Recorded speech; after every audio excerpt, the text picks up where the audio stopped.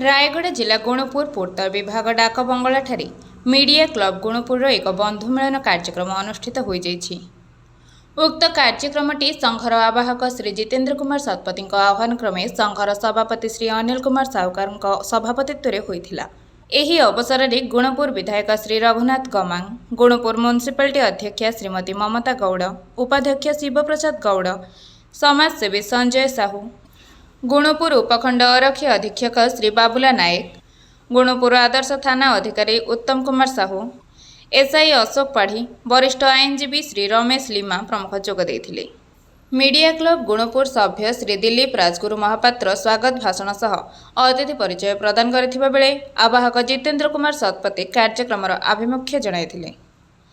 सांबादिक विभु प्रसाद शतपथी परिचालना क्रमे सभापति श्री अनिल साहुकार, आवाहक श्री जितेन्द्र कुमार शतपथी और संपादक जगन्नाथ महांती द्वारा स्थानीय विधायक श्री रघुनाथ गमांग, पौराध्यक्ष श्रीमती ममता गौड़ और समाजसेवी श्री संजय साहू को सम्मानित करा जायथिला।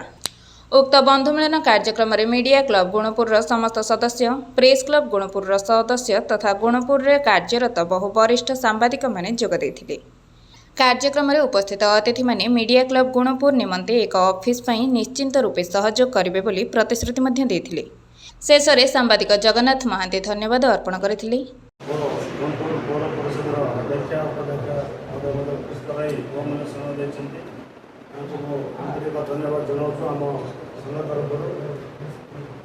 नूतन भाव गठन होता संघ आगामी दिन में गुणुपुर उन्नति दिगरे कार्य करने निष्पत्ति नहीं निष्पत्ति क्रमे आम मान सहयोग आम कामना करूँ।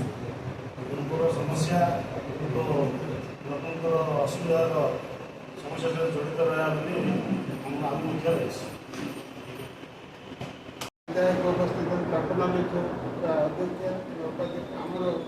नॉलेज को आप बहुमात्रा आनी था जद्वारा कि आम प्रशासन पाखे उपस्थापन करता लोकंर समस्या समाधान होता है।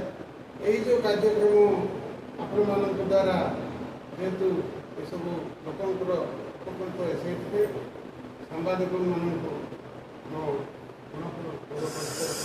बहुत बहुत धन्यवाद। आज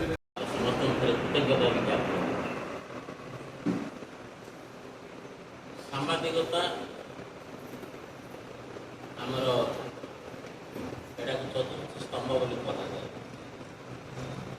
कहीं गणतंत्र नीडी पर्सन जो संवादक जहाँ सुविधा असुविधा से सब लोकलोचन को आड़ाटा मुख्य भूमिका ही सांबादिकता। तेणु समस्त बंधु मान नवेदन कर जहाँ संवाद परिवेशन करने चाहते गुणुपुर स्वतंत्र प्रतिनिधि विभु प्रसाद रिपोर्ट, ओडिशा एकाम्र लाइव।